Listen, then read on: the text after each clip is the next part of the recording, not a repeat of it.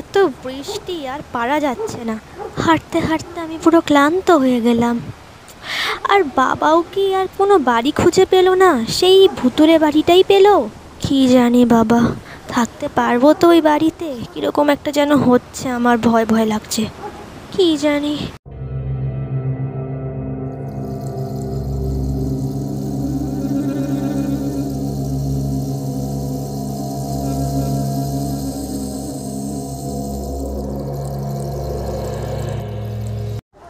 বারে বাবা, কত সিঁড়ি উঠবো, আর আর পাচ্ছি না, কত সিঁড়ি।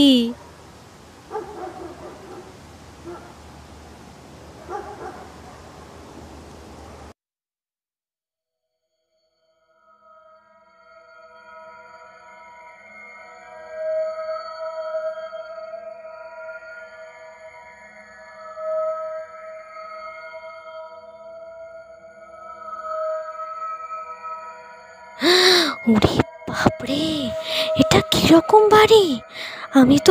আমি থাকবো কি করে এখানে? একেই আমি ক্লান্ত, তার মধ্যে সিঁড়ি আর শেষ হচ্ছে না।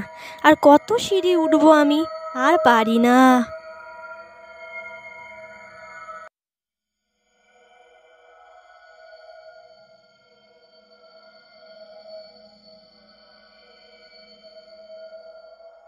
বাবা, কত বড় ঘর!